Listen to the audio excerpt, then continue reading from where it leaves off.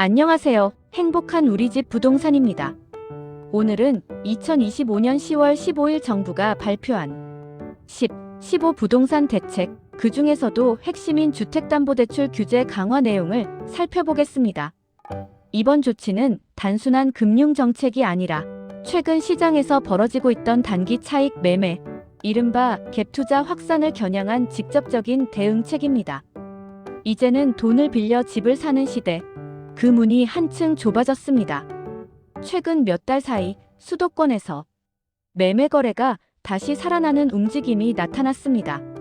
특히 일부 지역에서는 전세를 끼고 집을 사는 갭투자 거래가 증가했죠. 실제로 서울의 경우 전세를 활용해 단기 차익을 노리는 거래가 30, 40대 중심으로 늘었다는 통계도 발표되었습니다. 정부는 이런 움직임이 시장 불안을 다시 키우고 있다고 판단했습니다.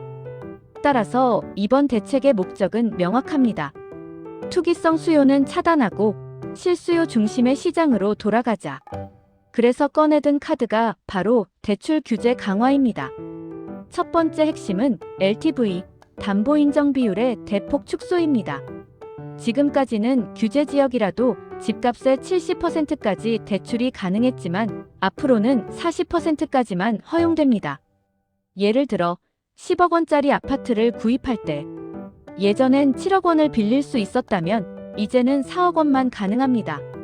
단기 차익을 노리는 투자자 입장에서는 레버리지를 활용한 갭투자 전략이 사실상 불가능해지는 구조입니다.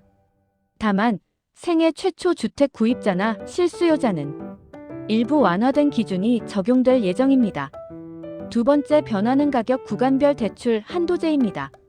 시가 15억 원 이하 주택은 최대 6억 원, 15억 초과 25억 이하 주택은 최대 4억 원, 25억 원을 초과하는 초고가 주택은 최대 2억 원까지만 대출이 가능합니다.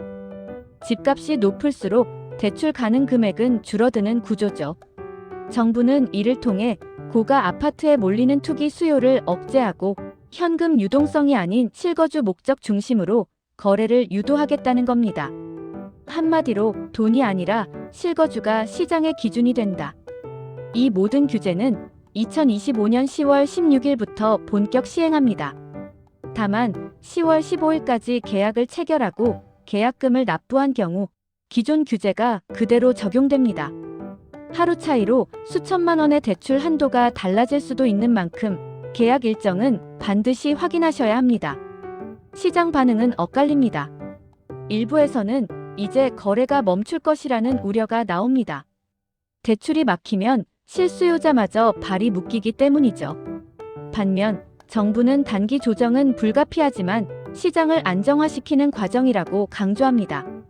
전문가들도 대체로 투기 수요 억제 효과는 분명히 있을 것이라며 중장기적으로는 거래가 정상화될 가능성이 높다고 보고 있습니다. 정리하자면 이번 1015 부동산 대책은 단기 차익을 노리는 매매, 즉 갭투자와 레버리지 거래를 정조준한 조치입니다. 대출 규제는 더 이상 일시적 처방이 아니라 시장 구조를 바꾸는 정책 신호로 봐야 합니다. 앞으로는 얼마짜리 집을 살 수 있느냐보다 얼마를 빌릴 수 있느냐가 더 중요한 시대가 됩니다. 시청해주셔서 감사합니다.